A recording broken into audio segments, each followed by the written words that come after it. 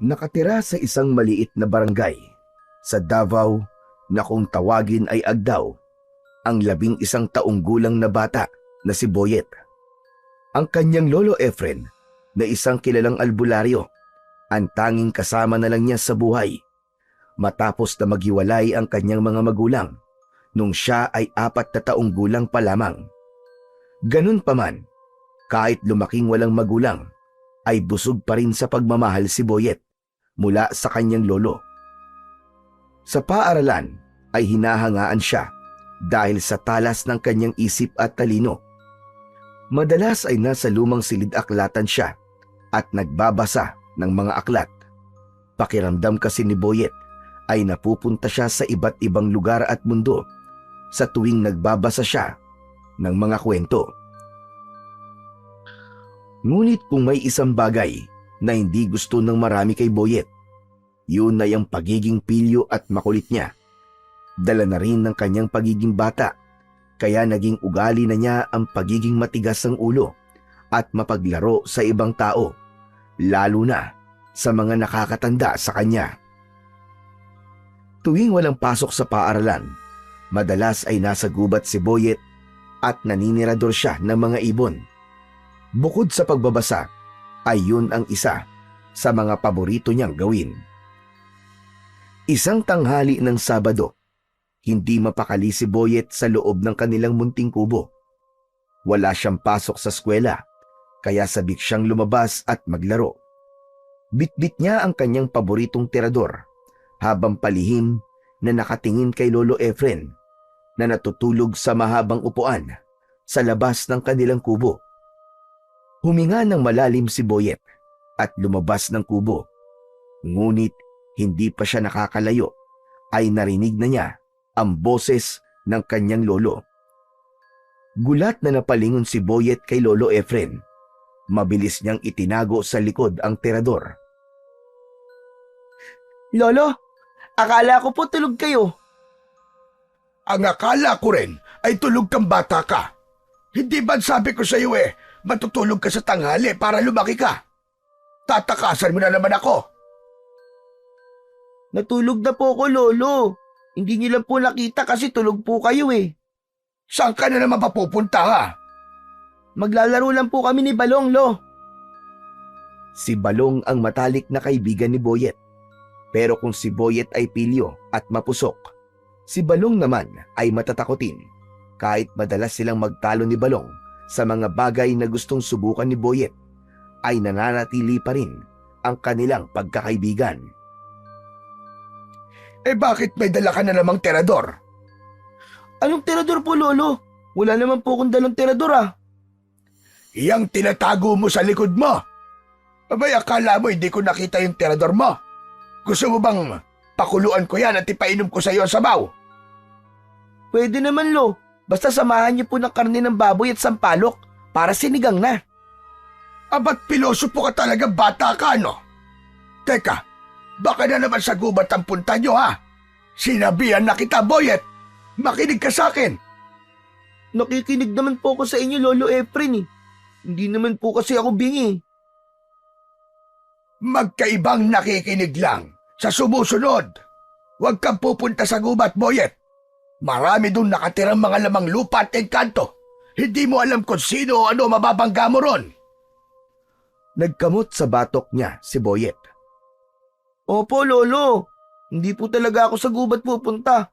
Babalik din po ako mamaya. At bago pa siya muling mapigilan ni Lolo Efren, ay mabilis na siyang tumakbo palabas ng kanilang bakuran. Hoy, Boyet! Bumalik ka rito! Pampihirang itong batang to. Hindi pa kita pinapayagang umalis eh. Pastilang ka talagang bata ka. Lo, hindi ko na po kayo marinig. Babalik din po ako agad. Hindi huminto sa pagtakbo si Boyet hanggang sa tuluyan na siyang makalayo kay Lolo Efren. Nang makasiguro siya na hindi na siya maaabutan ng lolo niya, ay saka lang siya huminto sa pagtakbo at naglakad na lang. Habang masayang naglalakad, ay nakita ni Boyet ang kaibigan niyang si Balong na nakaupo sa isang malaking bato. Nilalaro nito ang isang patpat habang tila may iniisip. Agad siyang lumapit dito nang may pilyong ngiti sa labi. Balong, tara sa gubat. Manirador tayo ng ibon. Ha? Ayoko nga. Hindi ba sabi ni Lolo Efren mo, bawal doon? Maraming engkanto sa kalamang lupa sa gubat. Mamaya maengkanto pa tayong dalawa at hindi tayo makauwi. Ikaw na lang, Boyet. Napapailing si Boyet at tumawa ng bahagya. Nako, Balong. Naniniwala ka na naman kagad kay Lolo Efren eh. Ang tagal ko na nagpupunta sa gubat. Pero kahit na anino ng engkanto o mga laman lupa, aba, wala akong nakikita, no? Paano kung hindi na nagpapakita sa'yo? Baka isang araw niyan, bigla ka na lang kunin ng mga yon. Sige ka. Sus, natatakot ka lang eh. Palibasa, duwag ka. Duwag! Hoy, hindi ah. Hindi ako duwag. Ang tapang-tapang ko kaya. O sige nga, kung hindi ka duwag, bakit ayaw mo sumama sa akin sa gubat? Kasi, baka pagalitan tayo ni Lolo Efren eh. Hindi naman niya malalaman eh. Tara na, sumama ka na kasi. Ang dami mo pang arte. Tumingin si Balong sa malayo at tila nag-iisip ang bata kung ano ang dapat niyang gawin. Makalipas ang ilang sandali, ay marahan itong tumango at bumaba mula sa pagkakaupo sa malaking bato. Nagkibit balikat siya at bumuntong hininga. Sige na nga, sasama na nga ako sa'yo. Pero saglit lang tayo, Boyet ha. Ayokong abutan tayo ng gabi dun at mapapagalitan ako ng nanay ko. Oo na, oo na. Uuwi rin tayo kapag nakatirador na ako ng kahit 3 ibon lang. Matapos yun, ay magkasama ng naglakad ang magkaibigang Boyet at Balong papunta sa gubat. Makalipas lang ang ilang minuto, ay narating na ni na Boyet ang tahimik at masukal na gubat. Marami roong nagtataasang punong kahoy at ang lupa ay natatabunan ng makapal na mga tuyong dahon. Walang masyadong nagpupunta ron dahil sa mga kwentong ipinakalat ni Lolo Efren tungkol sa mga engkanto at lamang lupang naninirahan doon. Dahil sa pagiging kilalang albularyo ng matanda, marami ang naniwala at iniwasan ang gubat na yon.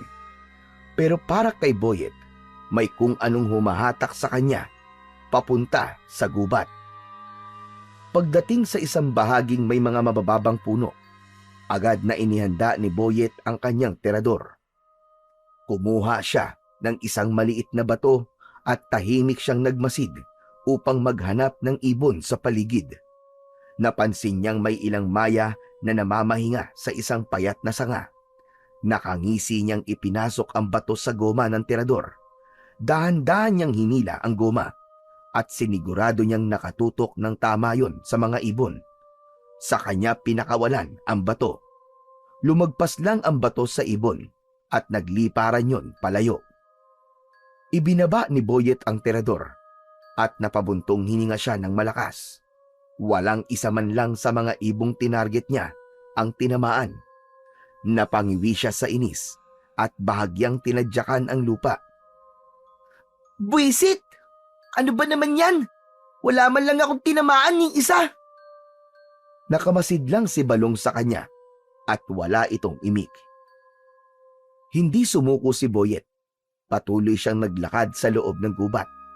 Nakasunod lang sa kanya ang kaibigan niyang si Balong.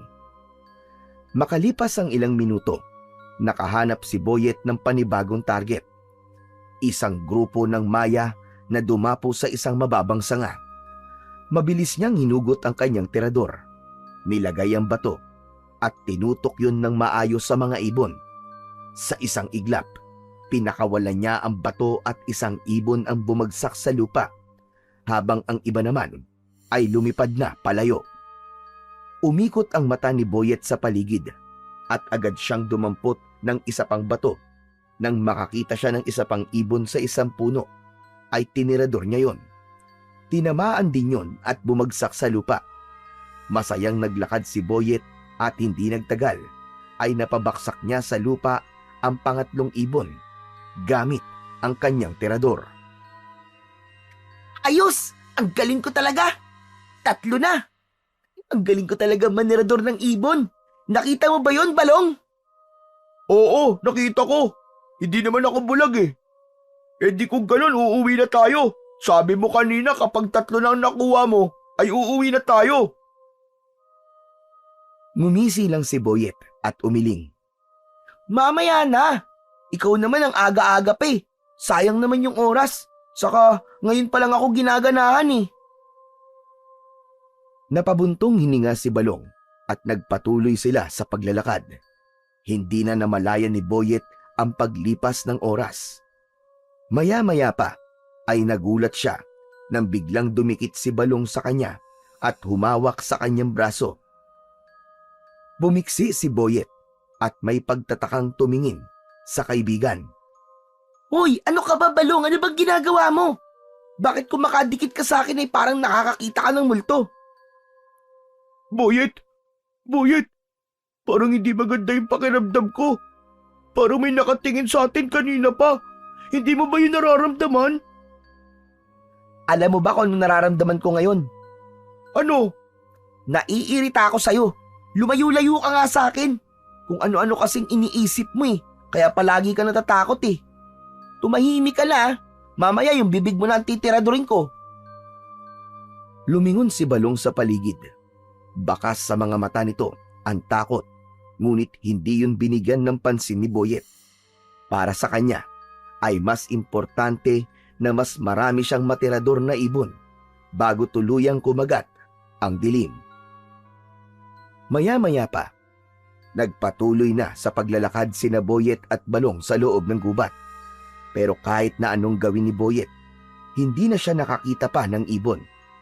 Pinagmasdan niya ang mga sanga sa paligid pero wala na talaga siyang nakita. Napailing na lang siya at napakamot sa kanyang ulo. Pambihira naman talaga yan oh. Mukhang nagtatago na ang mga ibon sa akin ah.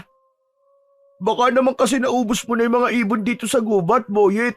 O baka lumipat na sila ng ibang gubat. Tuwing Sabado ba naman eh, wala ka nang ginawa kundi manirador. Napangiti si Boyet pero hindi niya pinansin ang sinabi ni Balong. Lumingalinga siya sa paligid at naghanap ng ibon. Boyet, paggabi na, umuwi na tayo. Baka abutin pa tayo ng dilim dito sa gubat eh. Isa na lang, Balong. Kapag nakahuli pa ako ng isang ibon, uuwi na talaga tayo, promise. Ayoko na, Boyet, ayoko na. Kung ayaw mong umuwi, ako na lang ang uuwi. Bahala ka na dyan. Wala akong pakialam kahit umuwi ka na. O sige na, umuwi ka na. Duwag! Duwag ka talaga. Hindi man lang tumingin si Boyet kay Balong dahil abala ang mata niya sa paghahanap ng ibon. Napabuntong hininga si Balong at tinalikuran na ng tuluyan si Boyet. Ngunit bago pa ito makalayo ay nagulat si Boyet nang biglang sumigaw at umatras si Balong. Boyet! Boyet, may maligno! Mabilis na lumingon si Boyet pero imbis na kung anong nakakatakot na nilalang ang makita niya, ay si Lolo Efren ang nakita niya. Agad niyang nilapitan si Balong at binatukan ito. Aba, hindi yan maligno. Si Lolo Efren yan eh. Eh, nagulat kasi ako eh. Akala ko maligno. Nanginginig pa si Balong habang nakatingin kay Lolo Efren na mabigat ang tingin sa kanila. Mabagal itong lumapit at kahit hindi pa ito nagsasalita, ramdam na nilang dalawa ang galit nito. Maligno talaga, Balong! Pasensya na po, Lolo Efren. Nagulat po kasi ako sa inyo eh. Bigla na lang po kayong sumulpot. Tumingin si Lolo Efren kay Boyet at umiling. Sabi ko na nga ba at dito ang punta mo, Boyet? Hindi ako nagkamali ng hinala. Ang titigas talaga ng ulo nyo. Hindi ba sinabi ko na huwag kayong pupunta rito sa gubat? Paulit-ulit ko nang ipinaliwanag sa inyo na delikado ang lugar na ito. Pero Lolo, wala naman pong engkanto rito eh. Matagal na po ako nagpupunta dito sa gubat pero wala naman po ako nakikitang kung ano man. Tama na yan! Tama na! Sumasagot ka pa! Umuwi na kayo! Ngayon din! Naikuyom ni Boyet ang kanyang mga kamay bilang pagtutol sa sinabi ni Lolo Efren. Pero wala siyang nagawa kundi sundin ang matanda kahit labag sa loob niya. Tahimik siyang naglakad pauwi kasama ang kaibigang si Balong, habang si Lolo Efren naman ay nasa likuran lang nila. Kinagabihan, tahimik ang buong kubo habang sabay na kumakain sina Boyet at Lolo Efren ng hapunan. Ang maasim at mainit na sinigang na bangus ay nagbigay ng init sa malamig na gabing yun. Pero hindi yun sapat para mapawi ang bumabagabag sa isip ni Boyet. Matagal niya nang pinag-isipan ang sinabi ng kanyang lolo tungkol sa gubat, pero hindi pa rin siya kumbinsido. Kaya naman, nagpasya na si Boyet na basagin ang katahimikan sa pagitan nila ng kanyang lolo. Lolo, paano niyo po nalaman na maraming engkanto at lamang lupa po dun sa gubat? Bakit mo naman tinatanong? Kasi po, ilang beses na po akong pumupunta ron pero kahit kailan po, wala po talaga akong nakikita o nararamdaman na kakaiba. Kung talagang may lamang lupa o engkanto po doon, bakit hindi ko po sila nakikita?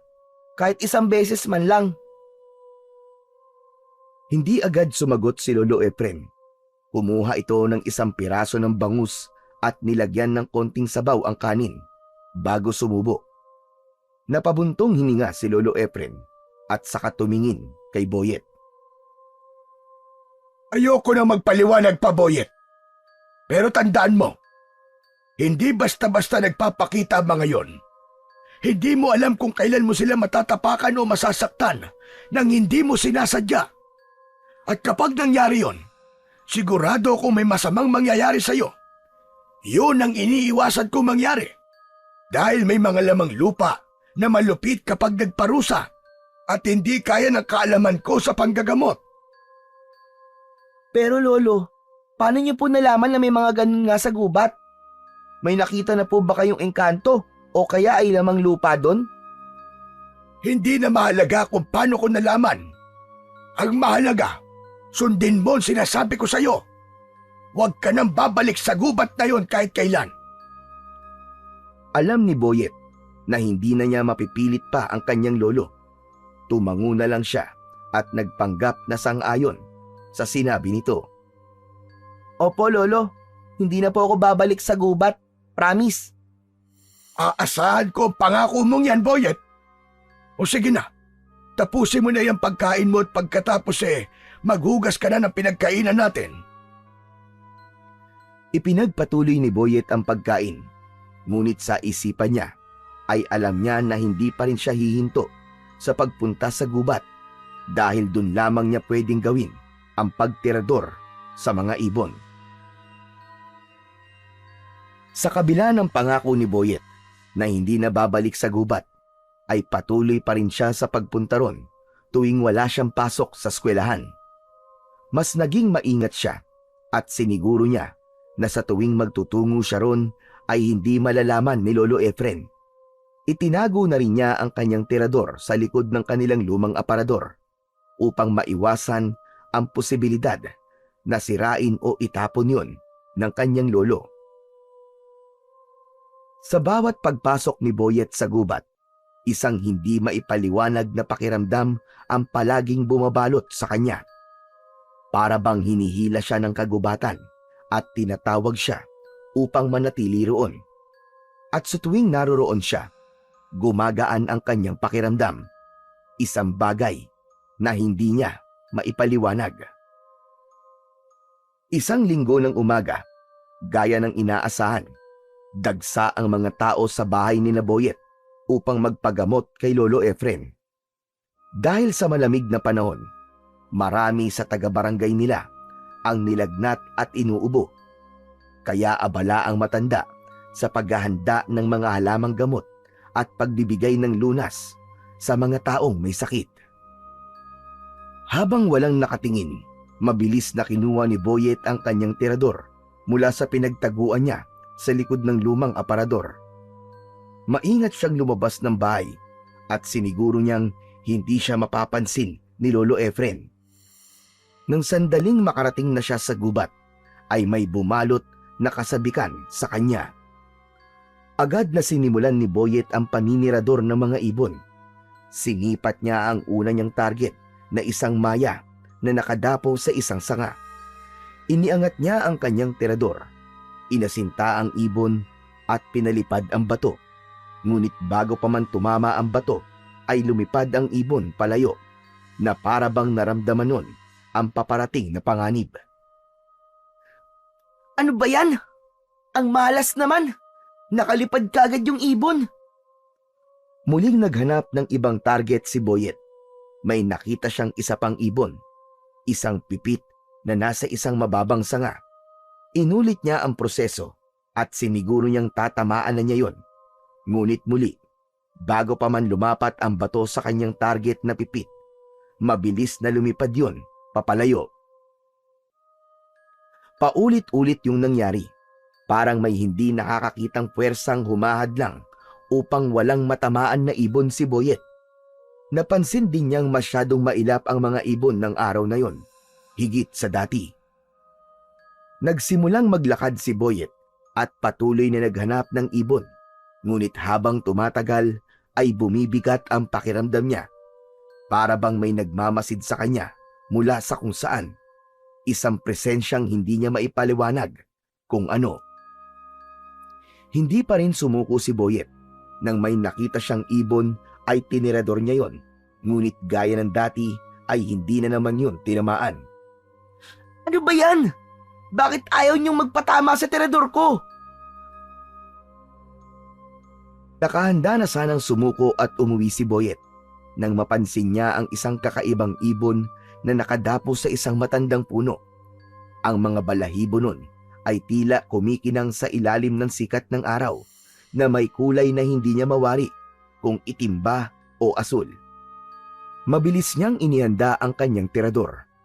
Sinipat niyang maigi ang ibon at pinakawalan ang bato.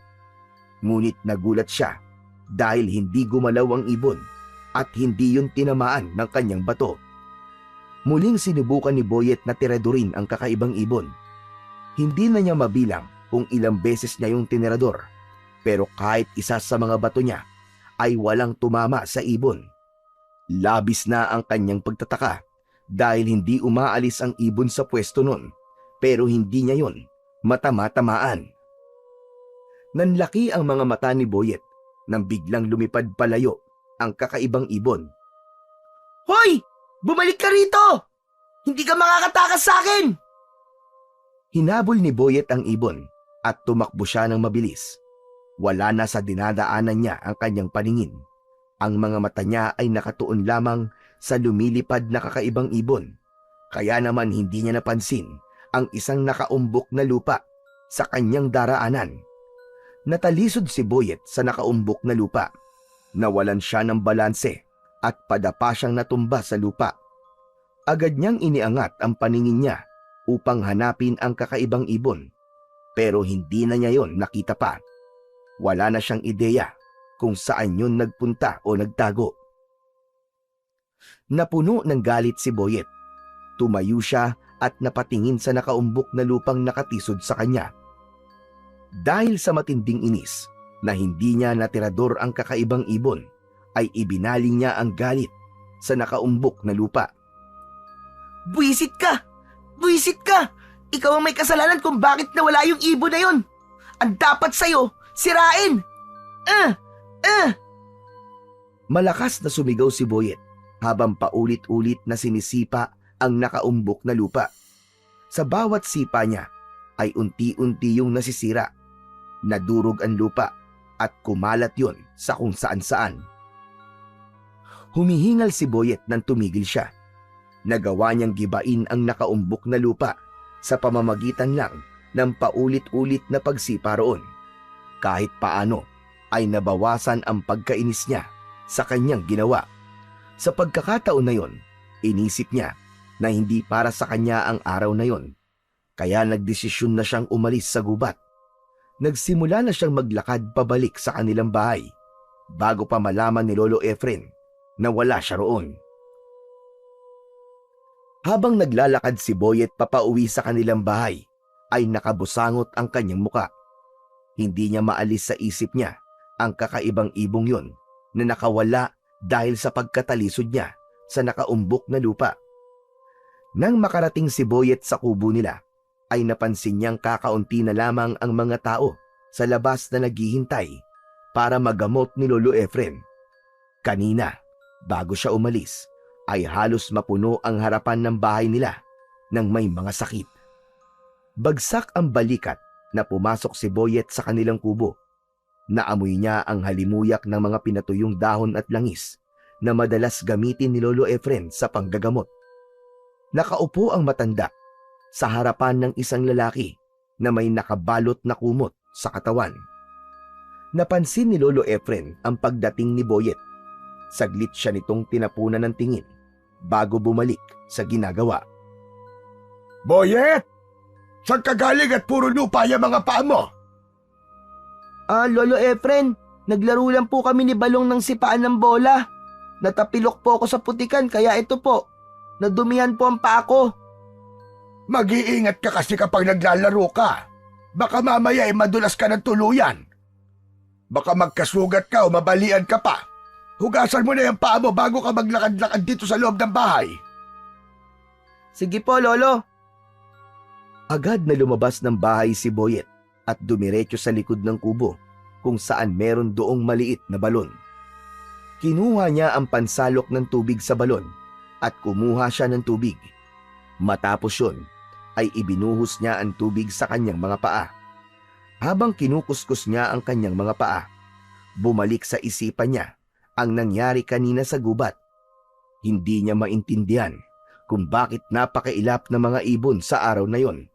At higit sa lahat, hindi niya matanggap na hindi niya natirador ang kakaibang ibon. Kinagabihan, mula sa mahimbing na pagtulog, ay nagising si Boyet. Dilat na dilat ang kanyang mga mata habang nangangatog ang kanyang katawan. Naramdaman niya ang matinding ginaw na bumalot sa kanya. Para bang ang hangin sa paligid niya ay nagyeyelo at nanunuot yun sa kanyang butot laman. Hinablot niya ang kumot at ibinalot niya ang kanyang sarili, pero hindi yun sapat upang mapawi ang matinding lamig na kanyang nararamdaman. Natigilan si Boyet nang makarinig siya ng maliit at matinis na tawa na parang galing mula sa maliit na tao. Luminga-linga muna siya sa paligid, ngunit wala siyang nakita kundi kadiliman. Patuloy ang pagtawa at umabot na yun sa punto na parang nasa loob na ng tenga niya ang tawa na yun. Napabalikwas si Boyet ng bangon at nanlaki ang mga matang sinipat niya ang madilim na sulok ng kanilang kubo. Ngunit wala pa rin siyang nakita. Sino yan? Sino yan? May tao ba dyan? Sumagot ka! May tao ba dyan? Nawala ng sandali ang tumatawa, pero ilang saglit lang ay muling narinig ni Boyet ang nakapangingilabot na tawa. Parang may isang munting nilalang na naglalaro sa kanyang tenga. Tigilan mo ako! Tigilan mo ako! Tumahimik ka na! Tigilan mo ako! Tinakpan ni Boyet ang kanyang mga tenga, ngunit hindi nawala ang tawa. Para bang mas lumakas pa yun at bumaon sa kanyang isipan. Napasiksik siya sa isang sulok ng banig habang nanginginig at hindi malaman ang gagawin. Tama na! Tama na! Tumahimik ka na! Tama na!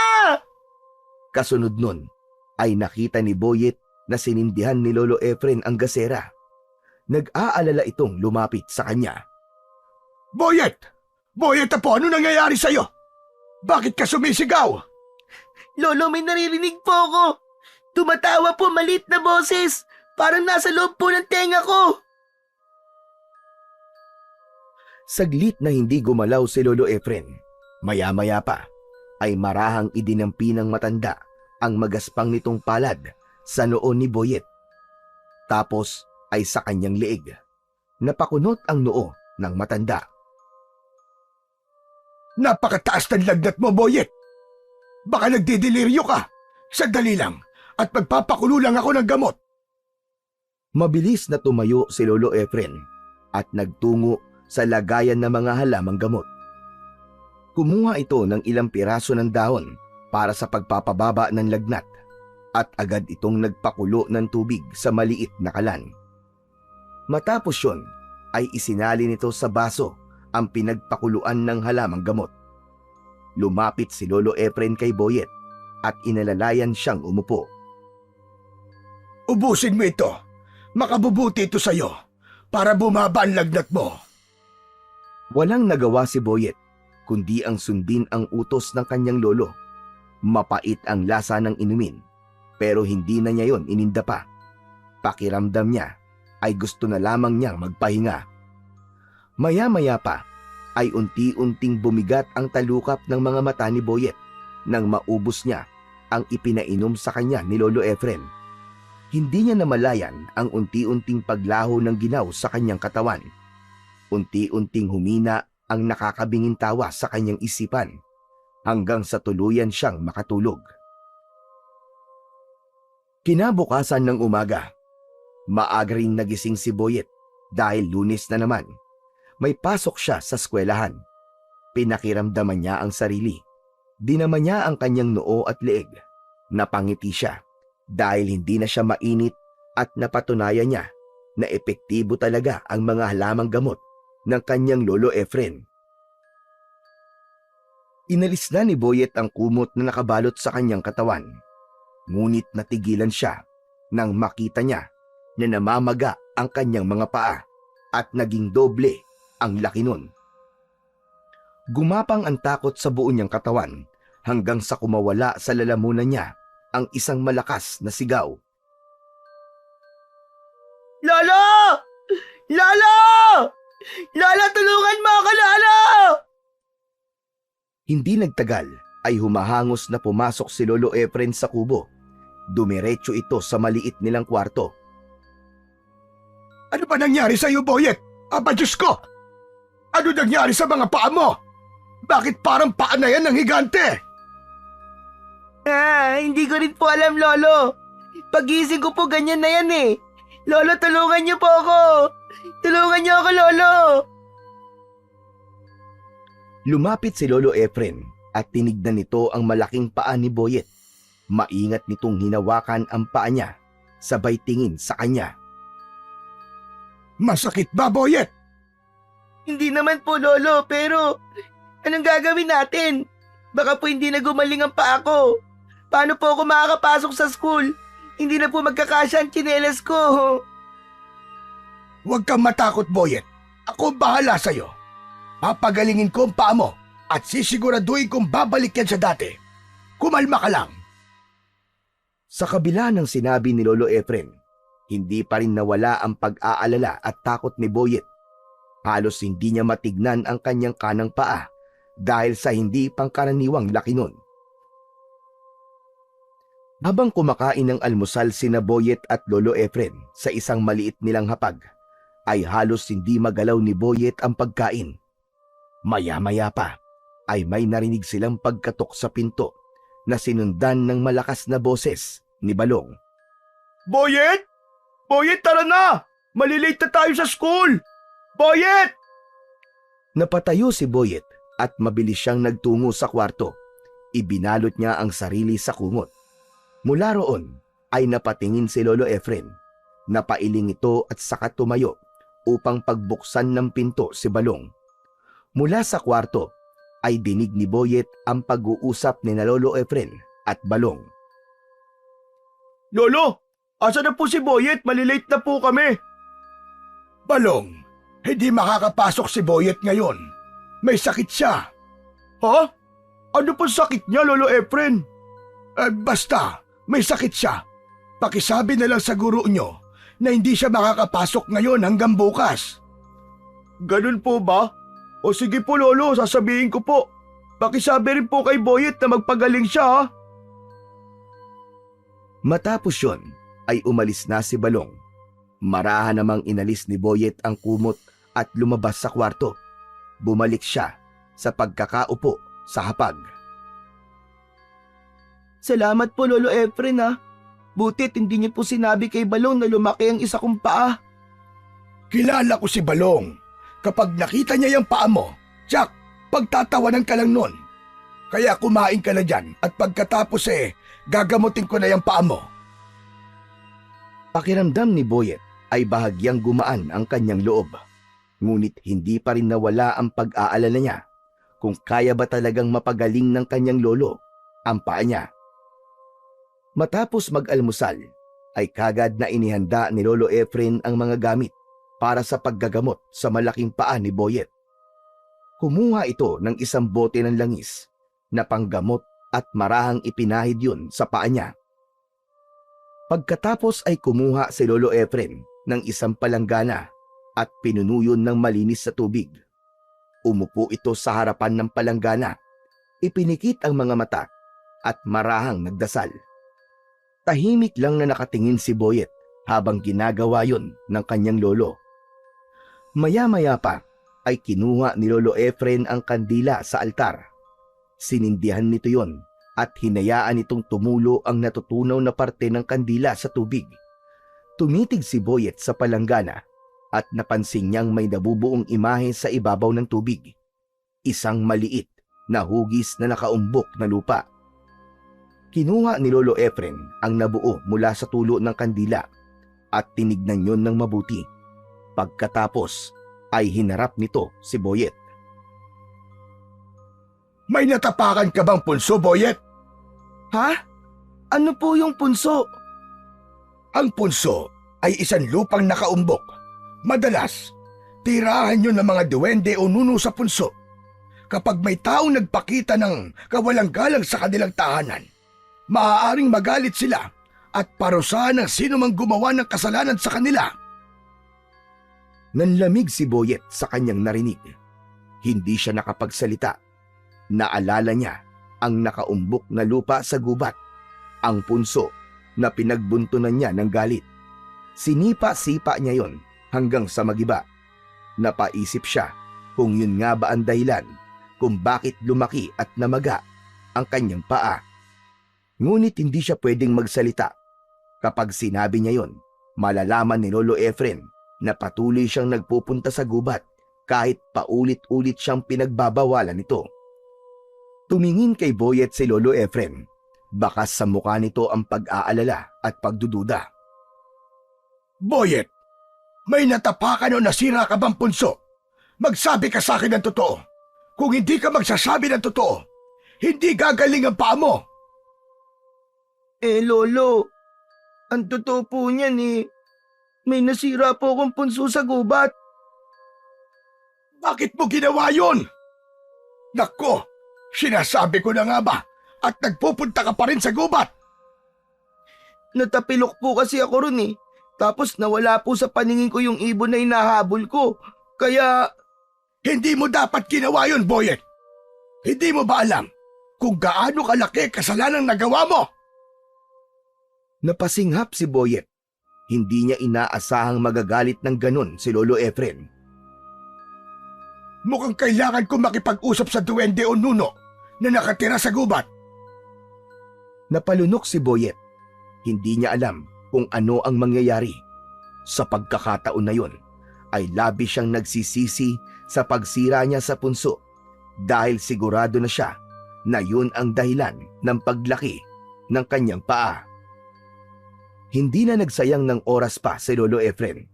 Inayos na nito ang mga gamit nito para sa ritual na gagawin niya upang kausapin ang duwendeng nakatira sa punsong sinira ni Boyet. Habang nag-aayos si Lolo Efren ng kanyang mga gamit para sa ritual, tahimik lang na nakaupo si Boyet sa gilid habang pinanunood ang bawat kilos ng matanda. Nanginig ang kanyang mga kamay, hindi dahil sa lamig, kundi dahil sa takot sa maaaring mangyari. Sa harapan ni Lolo Efren ay may isang bilog na bilao na may lamang bigas, asin at isang maliit na mangkok na may tubig. May hawak itong lumang kahoy na may nakaukit na kakaibang mga simbolo. Pumikit si Lolo Efren at nagsimulang bumigkas ng mga salitang hindi maintindihan ni Boyet.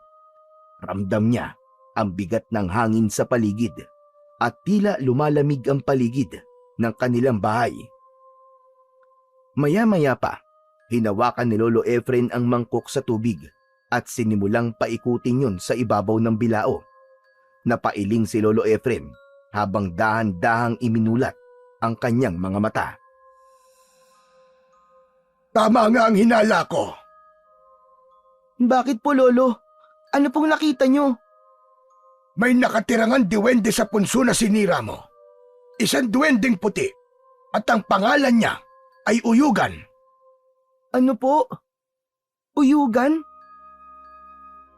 Nakausap ko na siya at may kondisyon siya para mapatawad ka at bawiin niya ang parusang ibinigay niya sa'yo.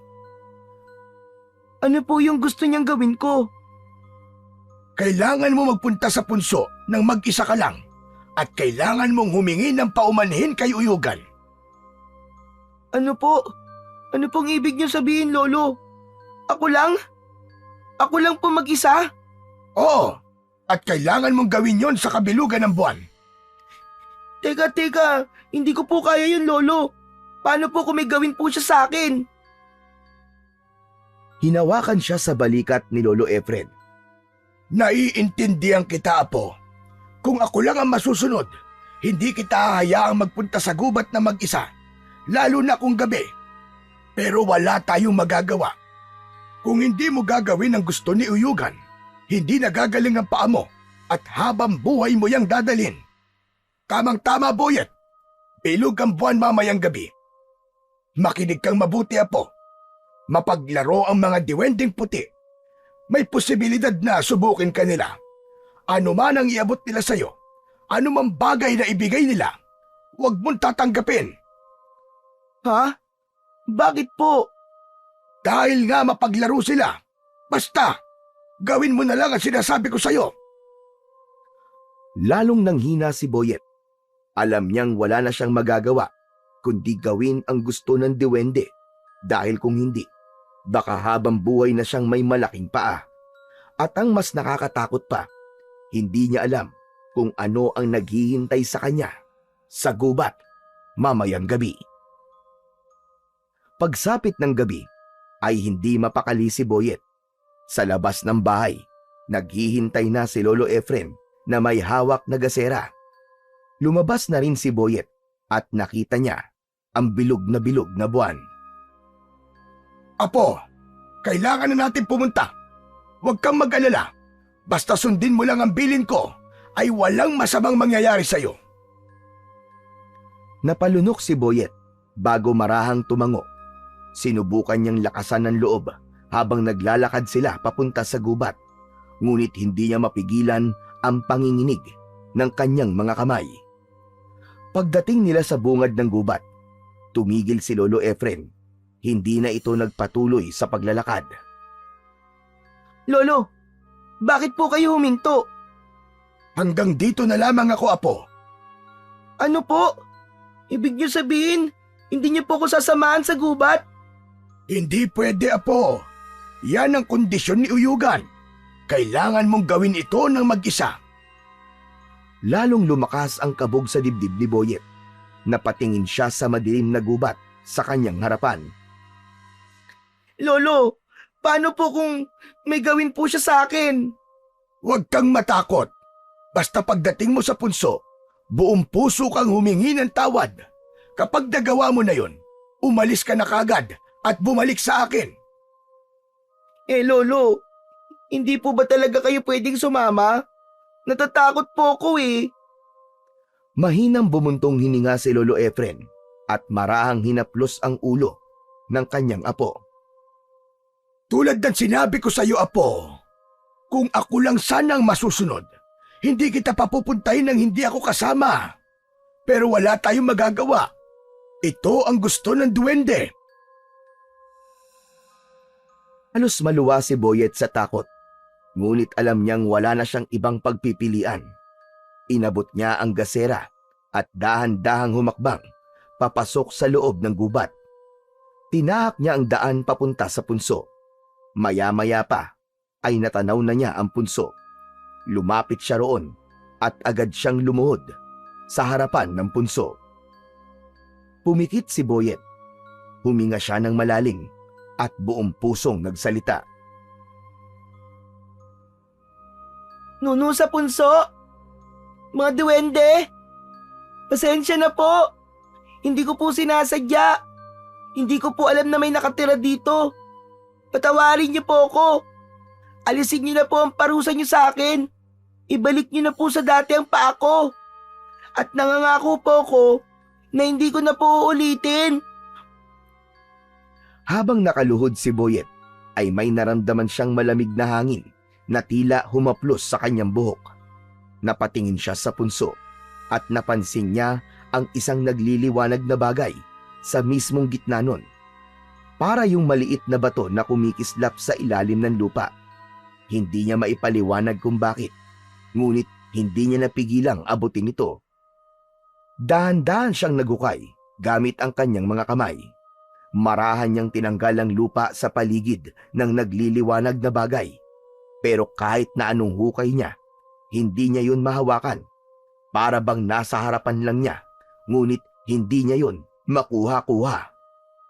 Napakunot ang noo ni Boyet at naghukay pa siya ng mas malalim.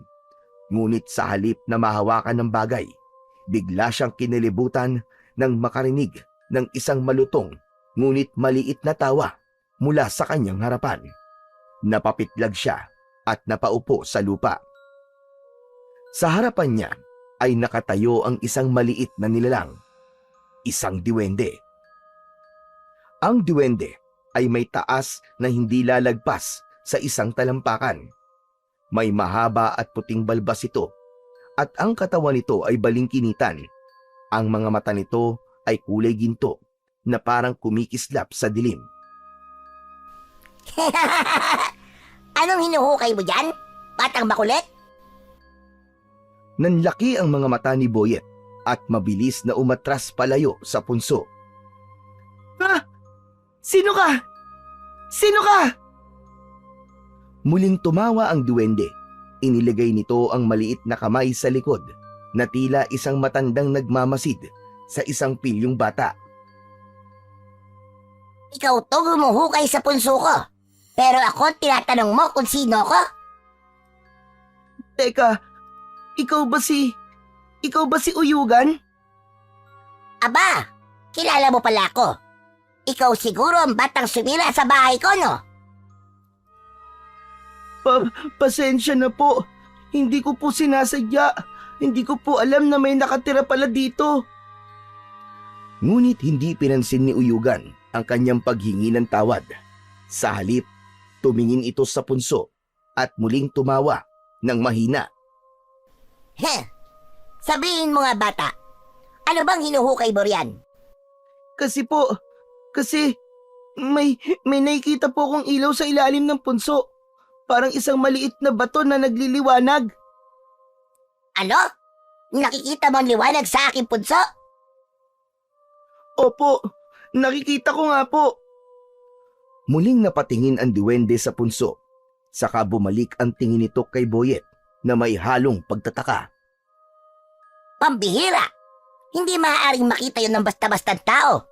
Kung nakikita mo ang mutya ng punso, ibig sabihin, ikaw ang karapat-dapat na magmay-ari nito.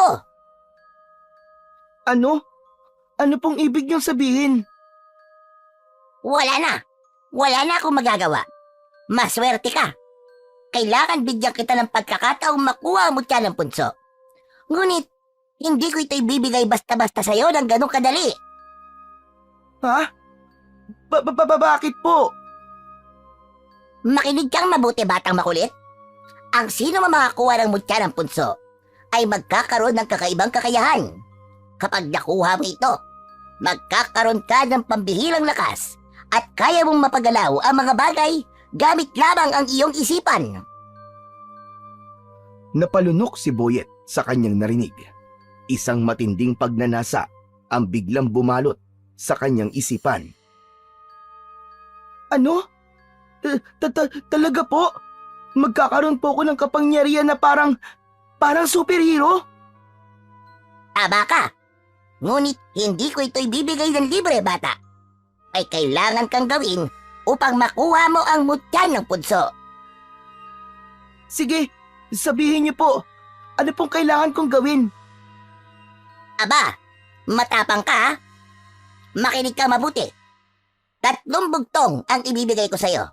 Kung masasagot mo lahat ng tama, makukuha mo ang mutya ng punso. Napaisip si Boyet. Naalala niya ang babala ng kanyang lolo. Mapaglaro ang mga diwending puti. Ngunit ang pangako ng kanyang kapangyarihan ay masyadong maganda para tanggihan. Sa huli, nanaig ang kanyang kagustuhan na makuha ang mutya ng punso. Sige po, sige. Tatanggapin ko ang hamon mo, Uyugan. Agad na pumalakpak si Uyugan. Kung ganon, simulan na natin nang hindi na masayang ang ating oras. Makinig kang mabuti. Bugtong-bugtong. Nang munti ay paru-paro, nang lumaki ay latigo. Uulitin ko ha. Bugtong-bugtong. Nang munti ay paru-paro, nang lumaki ay latigo. Sagot, Boyet. Napaisip si Boyet. Hinayaan niyang dumaan sa kanyang isip ang lahat ng posibilidad na sagot. Hanggang sa nagliwanag ang kanyang muka. Alam ko na ang sagot. Alam ko na. Sitaw. Aba, matalino ka. Tama. Pero unang bugtong pa lamang yan, kaya madali. Humanda ka sa pangalawang bugtong, Boyet. Eto na. Makinig kang mabuti. Bugtong-bugtong. Malaking supot ni Mang Ambo. Kung gamitin ay nakataob. Uulitin ko. Bugtong-bugtong. Malaking supot ni Mang Ambo. Kung gamitin ay nakataob.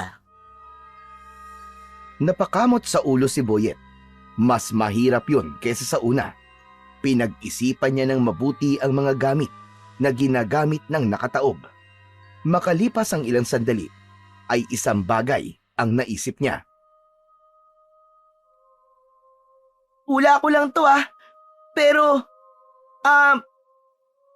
kulang po ba ang sagot? Aba, tama ka na naman, Boyet. Mukhang matalino ka talagang bata. Mahilig po kasi akong magbasa. O sige. Narito na ang pangatlo at panghuling bugtong. Tandaan mo, kapag hindi mo ito nasagot ng tama, ay hindi mo makukuha ang mutya ng punso. Handa ka na ba, bata? Sige, handa na ako, Uyugan. Heto na, sasabihin ko na sa'yo. Makinig kang mabuti. Dahil ito ang pinakahuling hugtong at pinakamahirap sa lahat at kailangan mo tong masagot ng tama. Heto na. Bugtong-bugtong. Mahaba, matigas. Kapag isinubo, ay kumakatas. Uulitin ko. Bugtong-bugtong. Mahaba, matigas. Kapag isinubo, ay kumakatas. Sagot, Boyet. Napalunok si Boyet. Mas mahirap yun sa naunang dalawa. Ngunit hindi siya sumuko dahil determinado siyang makuha ang mutya ng punso. Hindi niya sasayangin ang pagsagot niya ng tama sa dalawang naunang bugtong. Matagal na nag-isip si Boyet at ang tumatakbo sa isip niya ay pagkain na kumakatas. Maya-maya ay napangiti si Boyet kay Uyugan. Aba, teka. Anong ibig sabihin ng ngiting yan, bata? Kung alam mo na at sagot, ay magsalita ka na. Sabihin mo na. Alam ko na ang sagot, Uyugan. Tubo. Tubo ang sagot. Kasi kapag kinakagat yun, di ba? Kumakatas. Ay, nako. Matalido ka nga talaga. Tama ka na naman. Masyado kitang minaliit at hindi pa rin ako makapaniwala na ikaw ang pinili ng mutya na magmay-ari nito. Pero tulad ng ipinangako ko sa'yo, maaari mo nang kunin ang mutya ng punso. Ikaw na ang nagmamay-ari nito. Masayang kinuha ni Boyet ang mutya. Sa pagkakataong yun, ay madali niya na yung nakuha. Agad niyang dinampot ang mutya ng punso at pinagmasdan. Isa yung maliit na itim na bato, ngunit sa loob ay parang may nakakulong na liwanag na kumikislap-kislap. Napakaswerte mong talaga. Lagi mo lang itong tatandaan, bata. Gamitin mo lang ang mutya ng punso sa kabutihan. At huwag na huwag mong hahayaan na mapasakamay ito ng iba. Lalong-lalo na ng may masamang hangarin. Opo, tatandaan ko po yan palagi, pangako po. Pero, ano po bang mangyayari sa paa ko? Gagaling na rin po ba ito? Huwag kang mag-alala, bata. Bukas ng umaga, tuluyan ang gagaling ang iyong paa. Sana'y maging leksyon na sa'yo ang nangyari sa'yo. Hindi porket hindi mo kami nakikita, ay hindi na kami bahagi ng mundong ito. Maging mapagmatsyag ka at talasan mo ang iyong pandama at respetuhin mo ang lahat ng nasa iyong paligid. Huwag na huwag ka lang uulit. Oo, pinapangako ko, Uyugan. Maraming salamat. O sige na, bata, makakaalis ka na. At huwag mong kalilimutan ang aking mga sinabi. Unti-unting nawala ang diwende sa harapan ni Boyet. Isang malaking ngiti ang sumilay sa labi niya bago siya nagsimulang maglakad palabas ng gubat. Nadala ang mutya ng punso. Makalipas ang ilang minuto ng paglalakad, ay natanaw na ni Boyet si Lolo Efren sa hindi kalayuan. Medyo binilisan niya ang pagakbang at kahit nahihirapan siyang maglakad dahil sa malaki niyang paa, nang makalapit siya sa lolo niya, ay agad na bumakas ang pag-aalala sa mukha nito. Bakit ang tagal mo makabalik, Boyet? Kanina pa ako nag-aalala sa'yo. Pasensya na po, Lolo. Medyo naligaw po kasi ako eh. Ganun ba? O siya, hayaan mo na. Ang mahalaga ay nakabalik ka ng maayos. Nakahingi ka ba ng tawad sa punso? Opo, sinabi ko po na hindi ko po sinasadya. Sana po gumaling na po ang paa ko. Wala na tayong magagawa kundi ang maghintay. Kapag nagising kang magaling na ang paa mo, ibig sabihin, tinanggap nila ang paghingi mo ng tawad. Tahimik na tumango si Boyet. Ramdam niya pa rin ang bigat ng mutya sa kanyang bulsa. Pero hindi niya sinabi sa lolo niya ang tungkol doon. Tara na po, Lolo. Umuwi na po tayo. Medyo napagod po ako eh. Oo nga, sige na. Para makapagpahinga na rin tayo. Sabay silang naglakad palayo sa gubat. Hindi na lumingon si Boyet, pero ramdam niya pa rin ang presensya ng mahiwagang lugar sa kanilang likuran. At ang bigat ng responsibilidad na kaakibat ng mutya ng punso na ngayon ay nasa kanyang mga kamay na. Maagang nagising si Boyet kinabukasan. Pagmulat ng kanyang mga mata, agad niyang naalala ang nangyari kagabi. Ang punso, ang diwending si Uyugan, at ang mutya. Napabangon siya bigla at napatingin sa kanyang paa. Namilog ang mga mata niya dahil bumalik na sa normal ang kanyang paa. Napangiti siya ng malawak at tumalon siya mula sa papag sa labis na saya. Kinuha ni Boyet ang mutya sa kanyang bulsa at pinagmasdan yun ng maigi. Naghanap siya ng lumang pisi sa baul at maingat na itinali ang mutya gamit ang pisi. Nang matapos, agad niya yung isinabit sa kanyang leeg. Nang lumabas siya ng silid, ay naamoy niya ang nilulutong pritong tuyo ni Lolo Efren. Nang dumulog siya sa hapag, ay naghanda na si Lolo Efren ng almusal. Lolo! Tignan niyo po oh! Magaling na po ang paa ko! Bumalik na po sa normal! Aba, oo nga no. Salamat naman at tinanggap ng duwende ang paghingi mo ng tawad. Makapapasok ka na rin sa paaralan bukas. Kaya nga po, Lolo eh. Mabuti na lang at bilog po ang buwan kagabi kasi kung hindi, baka maghintay pa po tayo na matagal bago gumaling ang paa ko. Magsasalita pa sana si Lolo Efren, pero napansin ni Boyet na bigla itong natigilan. Bahagyang nanlaki ang mga mata nito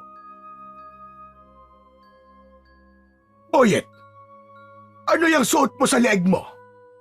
Saan mo nakuha yan? Ito po ba? Napulot ko lang po kagabi sa gubat. Ang ganda po kasi kaya ginawa ko pong kwintas. Hindi kumibo si Lolo Efren. Tinitigan lang siya nito ng matalim na waring sinusuri kung nagsasabi ba siya ng totoo o hindi. Maya-maya pa, bumuntong hininga ang matanda at mas lalong tumilim ang titig sa kanyang apo. Magsabi ka ng totoo, Boyet. Ibinigay ba yan sa'yo ng duwende? O ng kahit na anong lamang lupa kagabi nung nagpunta ka sa gubat? Napalunok si Boyet. Alam niyang hindi siya makakalusot sa lolo niya. Sa huli, tumango siya at nagdesisyon na sabihin ang totoo. Opo, Lolo. Si Uyugan po ang nagbigay po sa akin ito. Ano ba't sinabi ko sa'yo, Boyet? Huwag kang tatanggap ng kahit na ano mula sa duwende o sa kahit na anong lamang lupa sa gubat. Pero wala naman po masamang nangyari sa akin, Lolo eh. Saka, nakuha ko pa po ang mutya ng punso. May kapangyarihan po ito. Boyet, hindi mo alam kung ano ang pinasok mo. May mas malalim na dahilan kung bakit ayaw kitang magpunta sa gubat.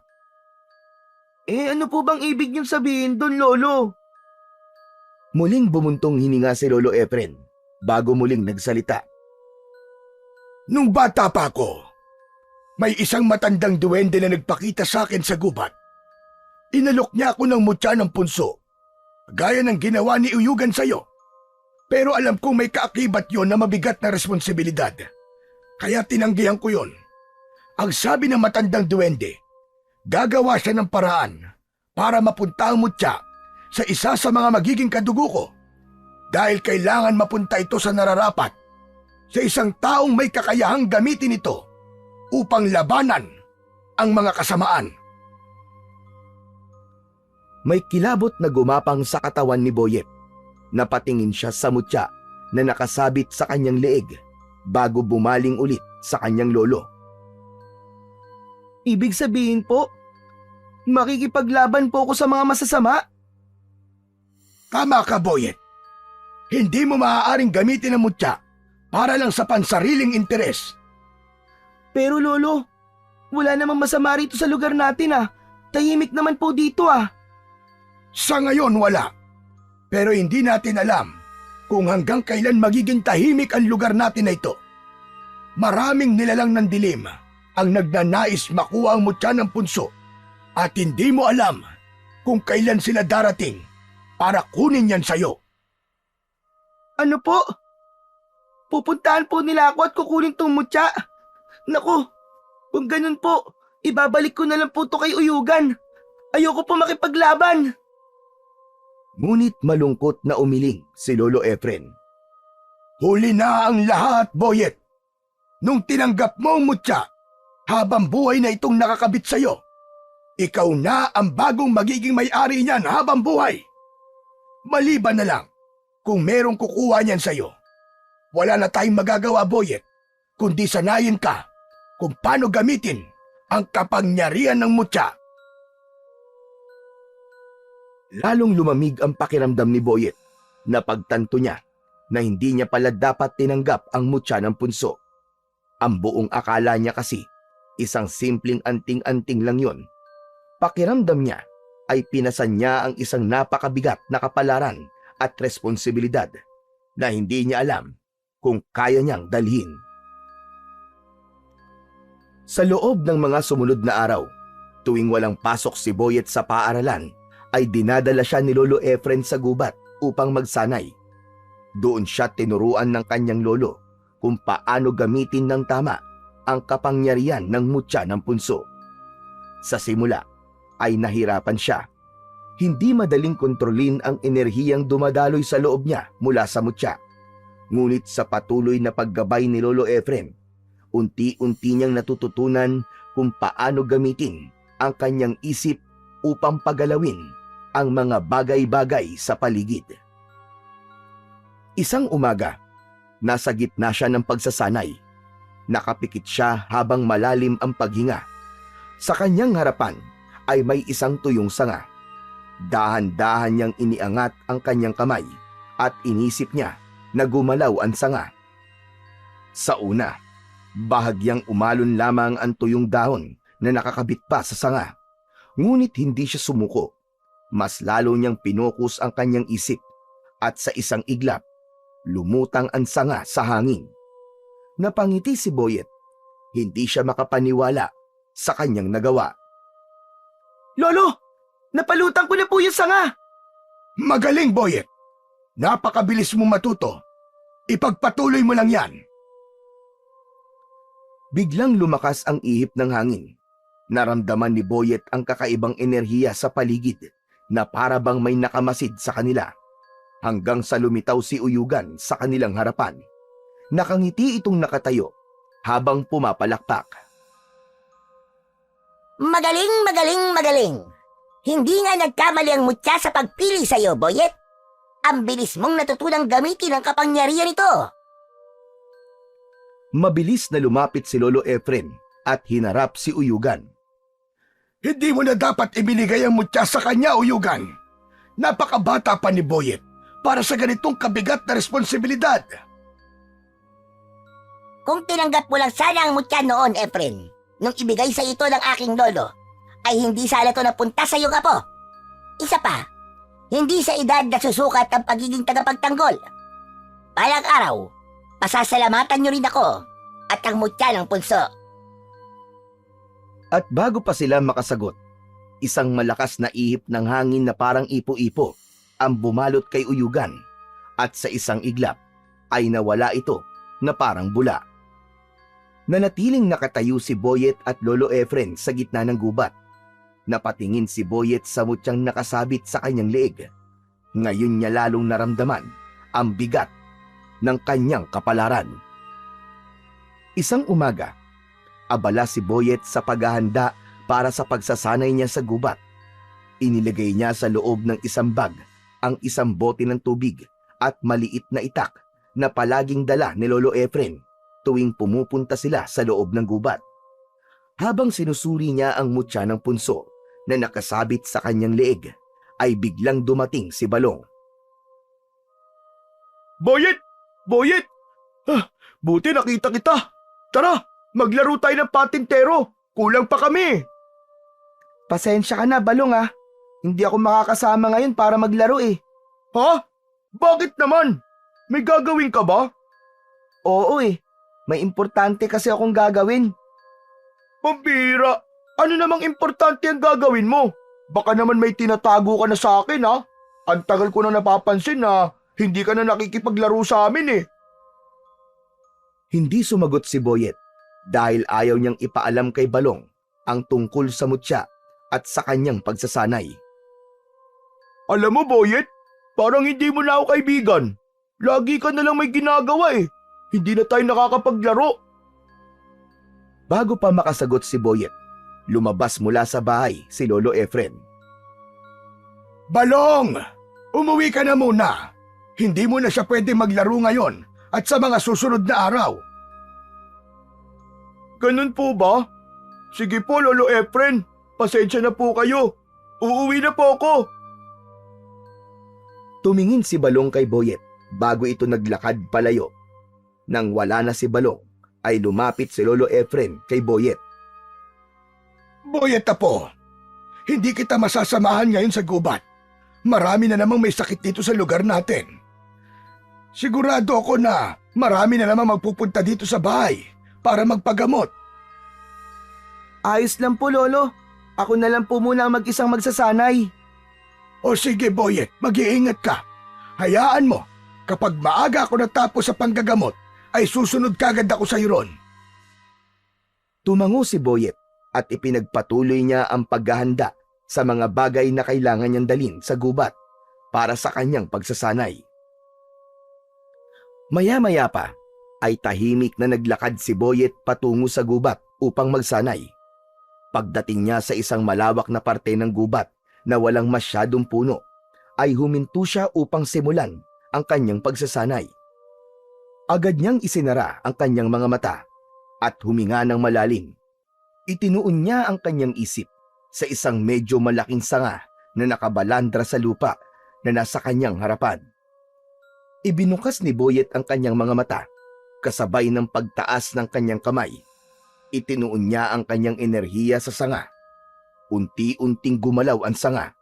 Nanginig muna yon sa lupa, bago yung tuluyang lumutang. Napangiti si Boyet sapagkat mas naging mabilis na siya sa pagpapagalaw ng mas mabibigat na bagay. Ngunit bigla siyang natigilan nang may naramdaman siyang presensya sa likuran niya. Mabilis niyang binato ang sanga sa kung sino mang nasa likuran niya. Aray! Aray ko! Aray ko! Ang sakit! Nanlaki ang mga mata ni Boyet. Agad siyang tumakbo papunta sa direksyon ng tinamaan niya at nakita niyang nakadapa sa lupa si Balong habang may nakadagan pang sanga sa likod. Nagmamadali niyang inalis ang sanga at tinulungang tumayo si Balong. Balong! Anong ginagawa mo rito? Aray! Sinundan kita malamang. Pero mas dapat yata ako magtanong yan sa'yo. Nakita kita, Boyet. Nakita kita. Ginamit mo ang isip mo para pagalawin yung sanga. Paano mo yung nagawa? May powers ka ba? Biglang kinabahan si Boyet sa tanong na yon ng kanyang kaibigan. Alam niya na walang dapat ibang makaalam ng tungkol sa mutya maliban sa kanila ni Lolo Efren. Ha? Teka, ano ba sinasabi mo? Namamalikbata ka lang siguro, Balong. Baka naman naiipan lang ng hangin yung sanga kaya gumalaw. Hindi! Hindi mo ako maluloko! Hindi ako bulag, no? Kitang-kita ko kaya! Ikaw ang may kagagawan nun! Umamin ka na lang kasi! Kitang-kita na nga kita eh! Alam ni Boyet na wala na siyang ibang pagpipilian.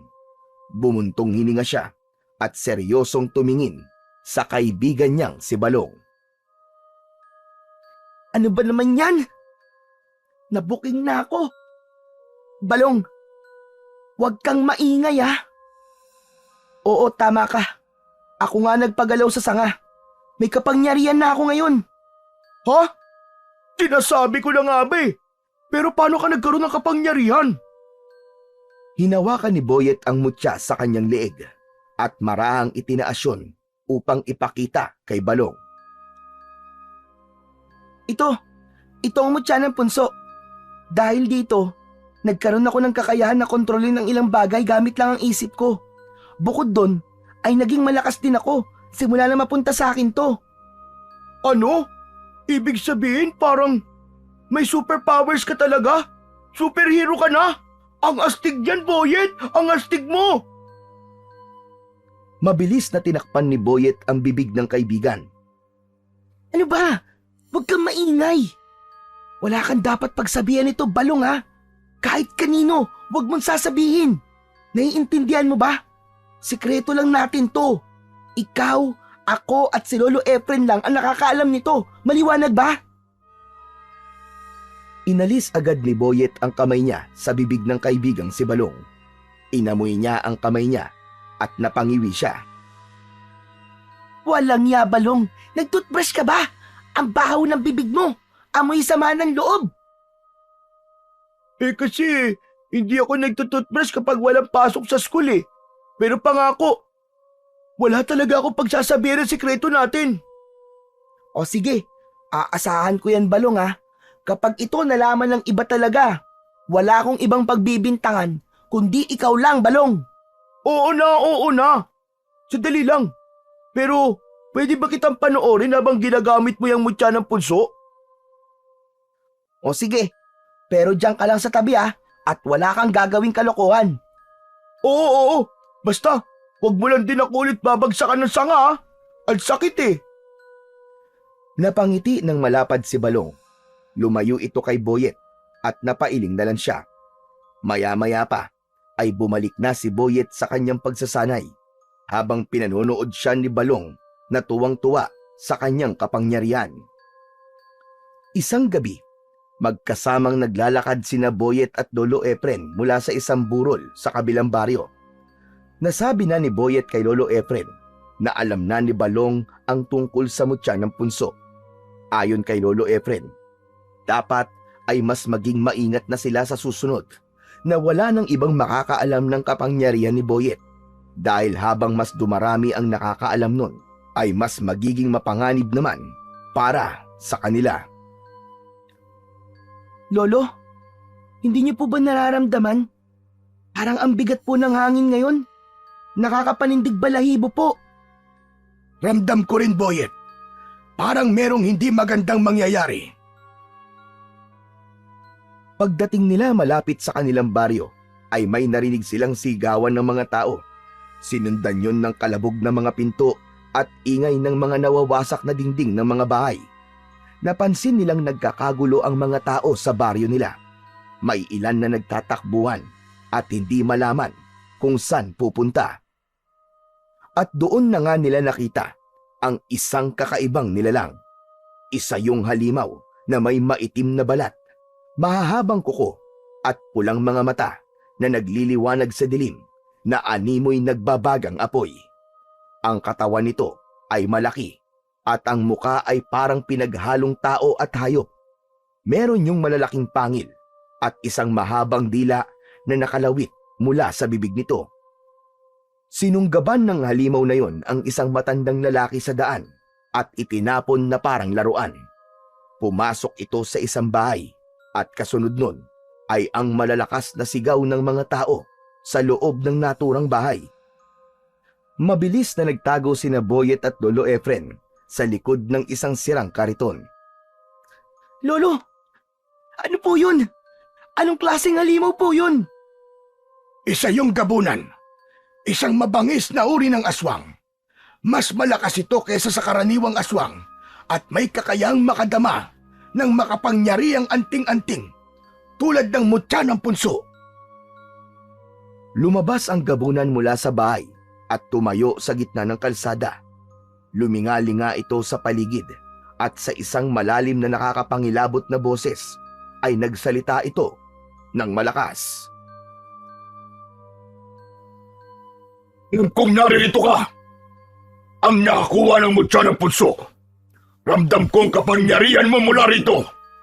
Isuko mo na sa akin ang mutya, o kung hindi, ay gabi-gabi akong babalik dito at papatayin ang mga tao sa baryong ito. Nagkaroon ng katahimikan. Wala ni isa mang nagsalita sa mga taong naroon. Pagkatapos ng ilang segundo, isang malupit na halakhak ang umalingaw-ngaw sa buong baryo mula sa gabunan. Maya-maya pa ay bigla na lang itong nawala sa isang iglap lang. Naiwang tulala ang lahat. Ang mga tao'y nanginginig pa rin sa takot habang dahan-dahang lumalabas mula sa kanilang mga pinagtaguan. Hinawakan ni Lolo Efren ang balikat ni Boyet. Tara na, Apo. Bumalik na tayo sa kubo natin.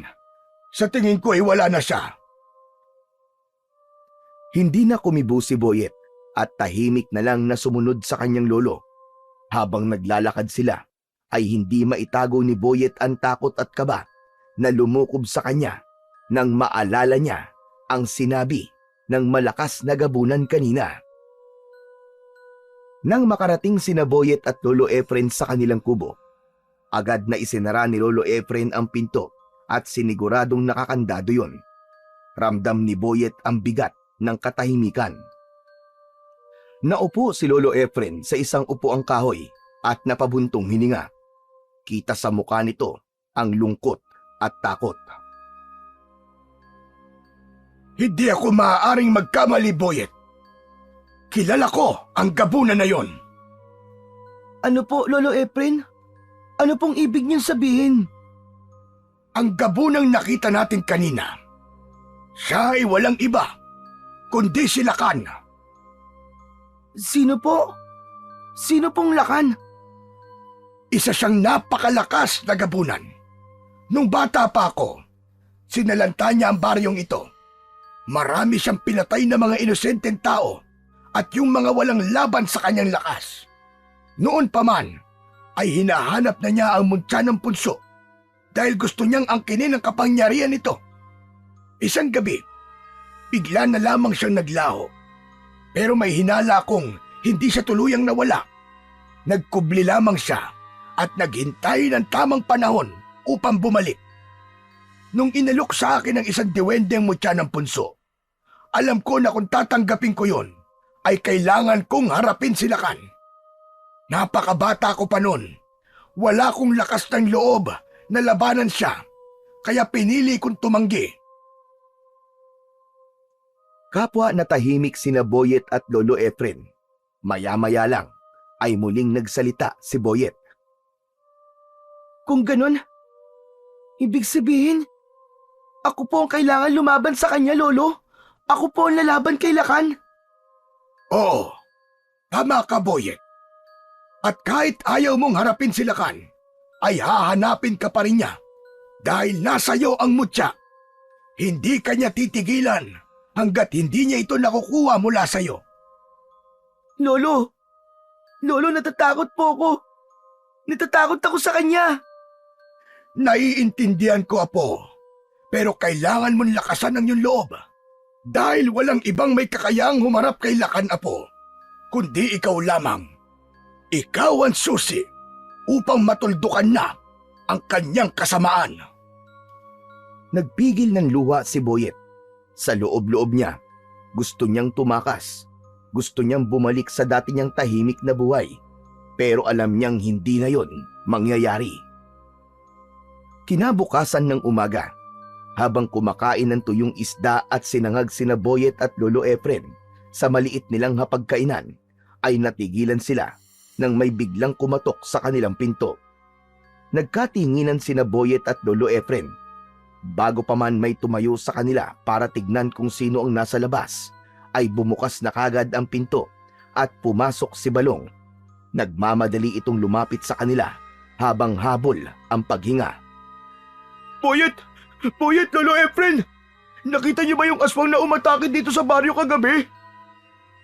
Oo, Balong. Galing kami nun ni Lolo sa lamay sa kabilang baryo. Yung umatake na yung isang gabunan. Ano? Gabunan? Tagot! Hindi ba ang gabunan ay isa sa malalakas na uri ng aswang? Kung ganon, hindi pala yun basta-bastang aswang lang. Pero Boyet, hinahanap ka ng gabunan na yun. Hinahanap niya ang mutya ng punso. Ano nang balak niyo? Wala kaming balak na ibigay kay Lakan ang mutya ng punso. Kapag napunta sa kanya yon, mas lalakas siya at mas marami pang buhay ang mga nganib. Kung ganon, lalabanan mo siya, Boyet? Napalunok si Boyet. Wala siyang karanasan sa pakikipaglaban sa mga aswang, lalo na sa isang gabunan. Pero alam niyang hindi niya yon matatakasan. Wala na akong pagpipilian, Balong, kundi ang harapin siya at labanan. Kaya sa susunod na umatake siya dito, ay kailangan ko siyang harapin. Napayuko si Boyet dahil sa kabila ng sinabi niya na yon, ay hindi pa rin siya sigurado kung sapat ba ang kapangyarihan ng mutya ng punso upang hindi siya mapatay ni Lakan. Natatakot pa rin siya at pilit na lang niyang nilalakasan ang kanyang loob. Simula noon ay hindi na tumigil ang pag-atake ni Lakan sa baryo ni Boyet. Gabi-gabi, tila isang bangungot na paulit-ulit na bumabalik ang bangis at lupit ng gabunan. Wala itong sinasanto. Mapababae, matanda at bata, lahat ay binibiktima ni Lakan. Marami ng bahay ang nawasak, maraming pamilya ang naulila, at ang takot ay bumalot na sa buong baryo. Sa bawat sigaw ng mga biktima tuwing gabi, ay bumibigat ang dibdib ni Boyet. Alam niyang siya lang ang may kakayahang tapusin ang impyernong yon, pero kahit na anong pilit ni Lolo Efren na lumaban siya, ay hindi niya magawa-gawa. Natatakot si Boyet. Takot siyang harapin ang isang nilalang na kayang pagpira-pirasuhin ang kahit na sinong sumalungat dito. Takot siyang magkamali, matalo at tuluyang mawala sa mundo. Ngunit sa tuwing sumasapit ang umaga, isang panibagong sakit ang bumabagabag kay Boyet. Sa bawat paglabas niya sa kanilang kubo, ay bumubungad sa kanya ang mga bangkay ng ilan nilang kababaryo. Paulit-ulit na tinatanong ni Boyet ang sarili kung hanggang kailan siya matatakot. Nakikita niya ang paghihinagpis ng mga naulila at ang takot sa kanilang mga mata. At sa puntong yun, unti-unting kwinestyon ni Boyet ang sarili kung karapat dapat ba talaga siyang maging tagapagmana ng mutya ng punso. Nagpatuloy pa rin sa pagsalakay sila Kan sa baryo ni na Boyet sa mga sumunod na gabi. Ramdam pa rin ni Boyet na desperado ang gabunan na makuha ang mutya ng punso. Palaging nasa loob ng kubo nila si Boyet sa tuwing sumasalakay sila Kan. Nakaupo siya sa gilid ng papag habang yakap-yakap ang kanyang mga tuhod. Patuloy pa rin siyang kinukumbinsi ni Lolo Efrem. Paulit-ulit itong sinasabi sa kanya na siya lamang ang may kakayahang tapusin sila Kan. Pero kahit na anong pilit ng matanda, hindi niya magawang sumagot ng oo. Hanggang isang gabi, mula sa mahimbing na pagtulog ni Boyet, ay nagising siya nang malakas siyang yugyugin ni Lolo Efren. Boyet! Boyet, bumangon ka, apo! Sumasalakay na naman sila Kan. Ito na ang oras para lumaban ka. Harapin mo na siya, apo. Nakikiusap ako sa'yo. Lolo, natatakot po ako. Hanggang kailan ka matatakot, Boyet? Kailan mo haharapin ang halimaw na yon? Hihintayin mo pa bang maubos tayong lahat dito? Hindi ko talaga kaya, Lolo. Hindi po ako matapang. Hindi mo kailangan maging matapang, apo. Ang kailangan mo lang gawin ay maniwala sa iyong sarili. Pero paano po? Paano po kung hindi ko siya matalo? Kaya mo, Boyet. Kaya mo. May mutya ka ng punso. Hindi ito napunta sa'yo nang walang dahilan. Pero Lolo, Hinawakan ni Lolo Efren ang magkabila ang balikat ni Boyet at mariing tumingin sa kanya. Tignan mo ko sa mga mata, Boyet. Hindi ka ba naaawa sa mga kababaryo natin? Kaninang umaga lang, 3 bata ang natagpuan na wala ng buhay. Ilang pamilya pa ang kailangan mawala bago mo sabihin sa sarili mong kaya mo. hindi ko po alam, Lolo Efren. Hindi ko po alam. Naguguluhan po ako. Hindi mo alam o ayaw mo lang tanggapin, Boyet? Hindi mo ba naaalala ang sinabi ni Uyugan sa'yo? Pinili ka ng mutya dahil alam nitong kaya mong ipagtanggol ang baryo natin. Huwag mong sayangin ang tiwalang yun, Boyet. Paano kung hindi ko po kayanin, Lolo Efren? Paano kung ako naman po mapatay nila Kan? Paano po? Kung hindi mo susubukan, hindi mo malalaman. Mas malakas ang mutya mo kaysa sa kanya. Yan ang tandaan mo. Yan ang isaksak mo sa iyong puso't isipan. Napatingin si Boyet sa saig. Nagtalo ang isip at damdamin niya. Alam niyang tama si Lolo Efren, pero ang takot ay patuloy pa ring naghahari sa pagkatao niya. Sa labas ay mas lumakas ang sigawan ng mga tao. Kasunod nun ay ang malakas na sigaw ni Kan. Lumabas ka! Tagapagmana ng mutya! Alam kong nariyang ka lang! Huwag mo kong pagtaguan! Harapin mo ako! Tumalikod si Lolo Efren kay Boyet. Nagtungo ito sa kusina at kinuha ang lumang itak na nakasabit sa dingding. Hindi ito nagdalawang isip na naglakad patungo sa pinto. Mabilis na sumunod si Boyet sa lolo niya. Lolo! Lolo, anong gagawin niyo? Huminto si Lolo Efren sa may pintuan at nilingon siya. Sawa na ako, Boyet. Sawa na ako magtago. Panahon na para lumaban. Pero Lolo, baka kung ano po mangyari sa inyo. Dito na lang po kayo. Mas ligtas pa po tayo rito, Lolo. Huwag ka po lumabas. Huwag niyo po siyang labanan. Mas mabuti nang mamatay akong lumalaban kesa sa mamatay akong takot. Pilit pa rin hinahawakan ni Boyet ang kanyang lolo, pero nagawa nitong makawala.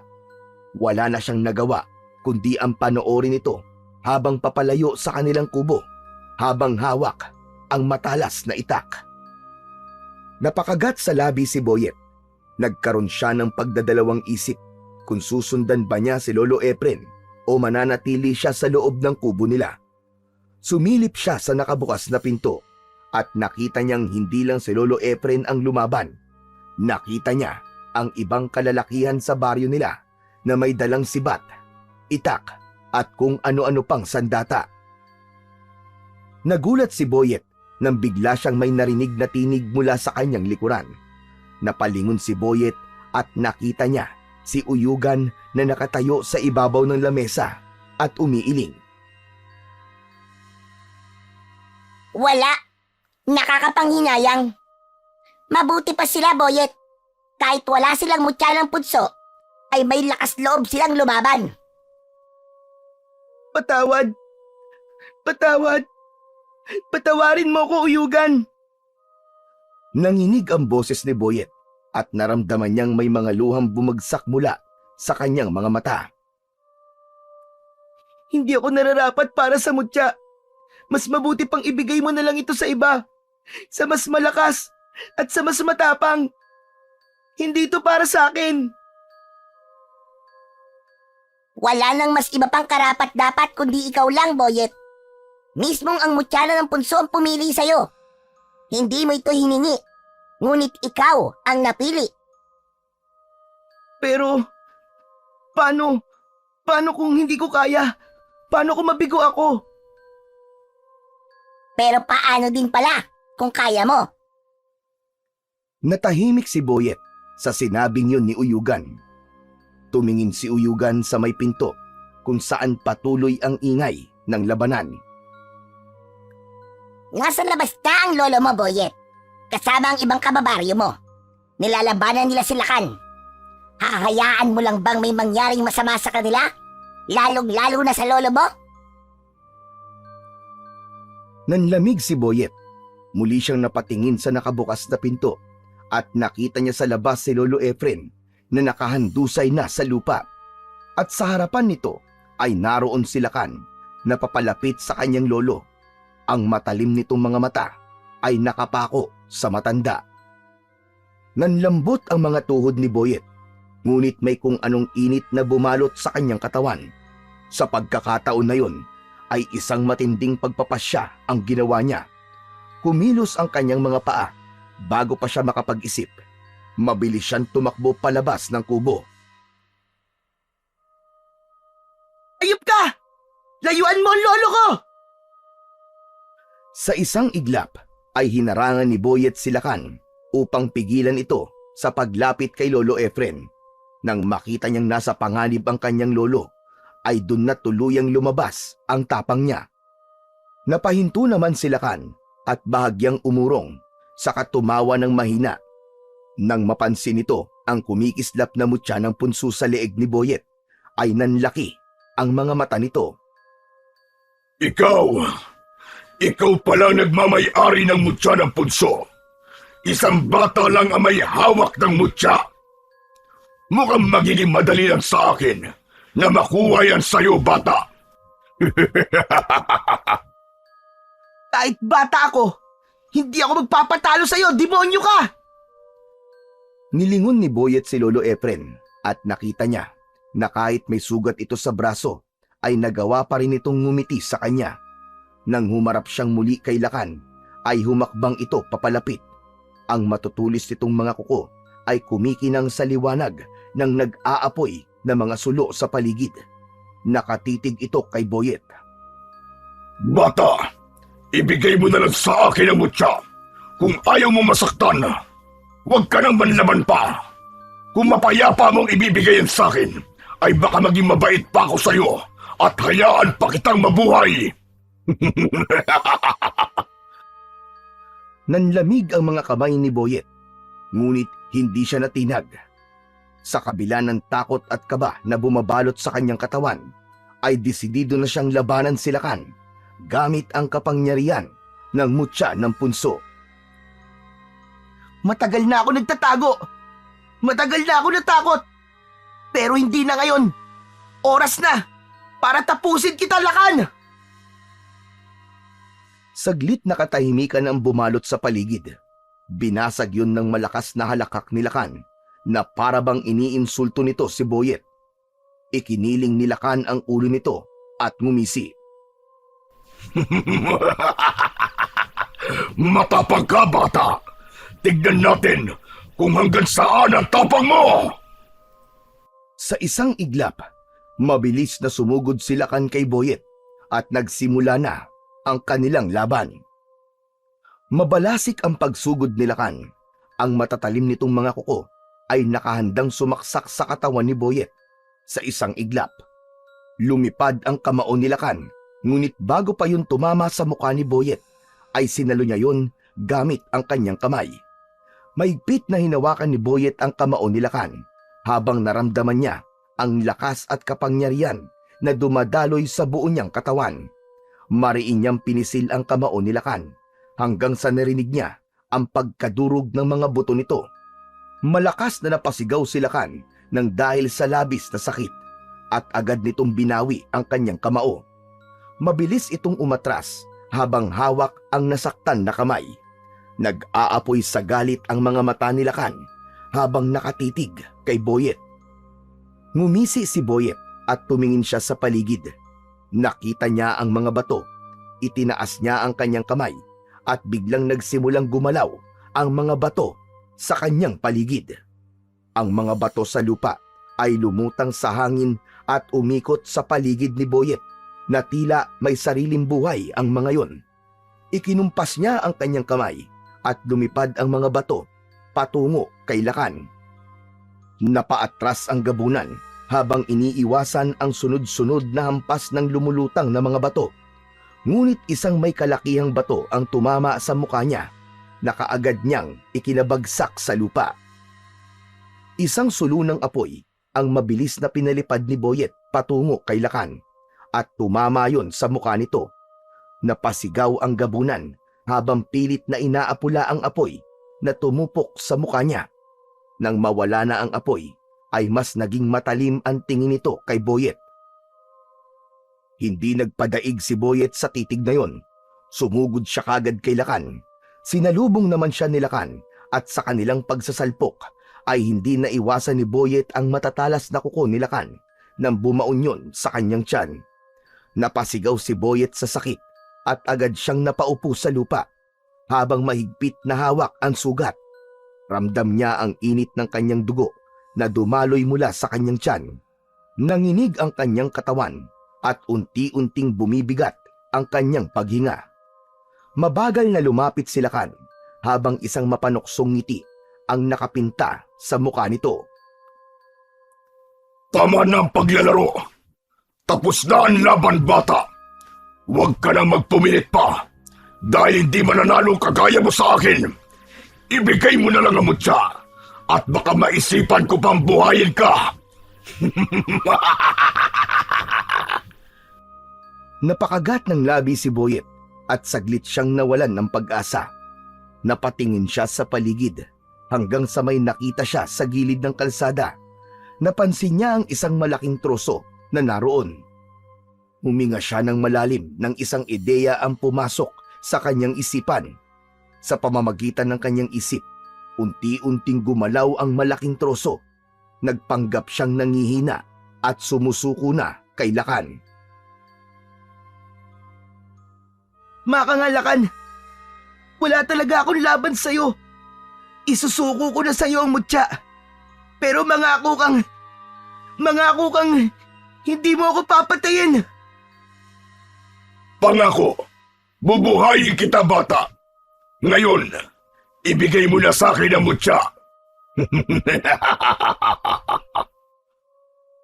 Lalo pang lumapad ang ngiti ni Lakan habang dahan-dahan itong lumapit kay Boyet. Biglang lumipad ang malaking troso sa ere at eksaktong tinamaan nun si Lakan sa tagiliran na naging dahilan upang tumilapon ito sa malayo. Bago pa makabangon si Lakan, ay mabilis na tumayo si Boyet. Muli niyang itinaas ang kanyang mga kamay. Gamit ang kapangyarihan ng mutya ng punso, ay pinagalaw niya ang mga sibat at itak ng mga sugatang kalalakihan. Isa-isa yung lumutang sa ere. Itinutok niya ang kanyang kamay kay Lakan na duguan at hindi na makagalaw sa lupa. Ikaw ang dapat sumuko, Lakan! Demonyo ka! Hindi mo kailanman makukuha ang mutya ng punso! Mabilis na pinalipad ni Boyet ng sabay-sabay ang mga itak at sibat patungo kay Lakan. Magkakasabay na tumusok ang mga yon sa iba't ibang parte ng katawan ng aswang. Napapikit si Boyet sa nakakabingin sigaw ni Lakan. Nang dumilat siya, ay nakita niya si Lakan na nanginginig at unti-unti nang nauubusan ng buhay. Mabagal siyang lumapit kay Lakan at huminto siya sa paanan nito. Kahit kailan, ay hindi ko isusuko ang mutya sa tulad mong uhaw sa kapangyarihan. At kahit kailan, walang masama ang mananalo sa kabutihan. Matapos yun, ay tuluyan ng hindi gumalaw si Lakan at binawian na yon ng buhay. Doon na naramdaman ni Boyet ang pagod sa nangyaring laban. Humarap siya sa mga tao at napansin niyang tahimik ang lahat. Walang sino man ang agad na gumalaw o nagsalita. Tila hindi makapaniwala ang mga tao sa kanilang nasaksihan. Napalunok si Boyet ng laway. Ang takot ay muling gumapang sa kanyang dibdib. Naisip niya na baka natakot ang mga tao sa kanya dahil sa kapangyarihan na kanyang ipinakita. Baka iniisip ng mga tao na gumagamit siya ng itim na mahika. Naisip din ni Boyet na baka katakutan siya ng mga tao gaya ni Lakan. Ngunit bago pa tuluyang lamunin ng pangamba ang batang si Boyet, ay isang malakas na sigaw ang bumasag sa katahimikan mula sa mga tao. Lahat ay nagbunyi sa pagkamatay ni Lakan. May ibang lumapit sa kanya upang magpasalamat. May mga nagpalakpakan din dahil sa labis na kasiyahan at paghanga. Ang takot sa puso ni Boyet ay napalitan ng kasiyahan. Naramdaman niya ang taus-pusong pasasalamat ng mga tao sa kanya. Biglang lumapit si Lolo Efren kay Boyet habang ang mukha nito ay puno ng pagmamalaki at tuwa. Mahigpit siya nitong niyakap. Hindi ako nagkamali, Apo. Maging ang mutya ng punso ay hindi rin nagkamali sa pagpili sa iyo. Pinatunayan mo ngayong gabi na ikaw nga ang nararapat na magmay-ari ng mutya ng punso. Sunod na lumapit kay Boyet ang kaibigan niyang si Balong at maging ito ay masayang-masaya rin sa kanyang nasaksihan. Hanep! Lodi! Ang galing mo, Boyet! Akala ko talaga katapusan na natin kanina eh. Pero grabe, ang galing mo talaga. Para kang isang superhero. Lodi na talaga kita, friend! Napangiti si Boyet at bago pa magtuloy-tuloy ang pagdagsa ng mga tao para lapitan siya at kausapin, ay itinaas ni Lolo Efren ang kamay nito upang pahupain ang kaguluhan. Tama na muna ang kasiyahan! Tama na muna! Makinig kayo mga kasama! Si Boyet ay sugatan at kailangan magamot. Hayaan niyo muna akong gamutin ang sugat ng aking apo. Natahimik ang mga tao. Lahat ay nag-aalalang tumingin kay Boyet. Dahan-dahang inilalayan ni Lolo Efren si Boyet. Halika na, Apo. Kailangan magamot kagad ang sugat mo. Maging si Balong ay tumulong na rin sa pag-alalay kay Boyet. Habang naglalakad silang tatlo pabalik sa kubo, ay tuloy pa rin ang sigawan at kasiyahan sa paligid. Habang sinisigaw ng mga tao, ang katagang mabuhay si Boyet, ang tagapagtanggol ng kanilang baryo. Habang naririnig ni Boyet ang masasayang tinig ng kanyang mga kabaryo, ay napatingin siya sa langit at hindi niya kinalimutang magpasalamat sa nasa itaas. Sa kabila ng sakit ng kanyang sugat at ng pagod ng kanyang katawan, ay punong-puno ang kanyang puso ng kasiyahan dahil sa wakas ay malaya na ang baryo nila kay Lakan at nagawa niya ring durugin ang takot sa kanyang puso. Nang makarating sila sa kanilang kubo, ay pinauwi na muna ni Lolo Efren si Balong. Agad namang sumunod si Balong kahit halatang gusto pa nitong makausap ang kaibigang si Boyet. Nang makapasok na sila sa loob ng kubo, ay naupo si Boyet sa papag, habang si Lolo Efren naman ay kumuha ng mga kailangan nito para gamutin ang sugat ng apong si Boyet. Maya-maya pa ay bumalik na si Lolo Efren. Sige na, Apo. Hubarin mo ang damit mo para malinis ko ang sugat mo. Sumunod si Boyet. Nakita niya ang lalim ng kalmot ni Lakan sa kanyang tiyan. Umupo si Lolo Efren sa tabi niya at maingat nitong nilinisan ang sugat niya. Aray, ang hapdi po, Lolo. Tiisin mo lang, Apo. Mas mabuti na masaktan ka ngayon kaysa magkaroon ito ng impeksyon. Pero alam mo ba, Boyet? Sobra kitang ipinagmamalaki. Talagang ipinakita mo kanina kung gaano ka katapang. Salamat po, Lolo. Pero kung hindi po dahil sa inyo, hindi ko po yun magagawa. Kung hindi niyo po ako pinilit lumaban, baka hanggang ngayon po takot pa rin po ako. Alam kong darating ang araw na matatanggap mo ang tungkulin mo, Apo. At tignan mo ngayon, ikaw ang naging pag-asa ng baryo natin. Bago pa man makapagsalita si Boyet, ay biglang lumitaw sa kanilang harapan si Uyugan. Magaling, magaling, magaling! Napakagaling mo, Boyet! Binabati kita dahil nagtagumpay ka sa laban nyo ng Lakan na yon. Maraming salamat din sa iyo, Uyugan. Kung hindi mo ibinigay sa akin ng mutya, hindi namin matatalo si Lakan. Kahit ibigay ko ang mutya sa iba, kung hindi sila ang karapat-dapat, ay wala ring mangyayari, Boyet.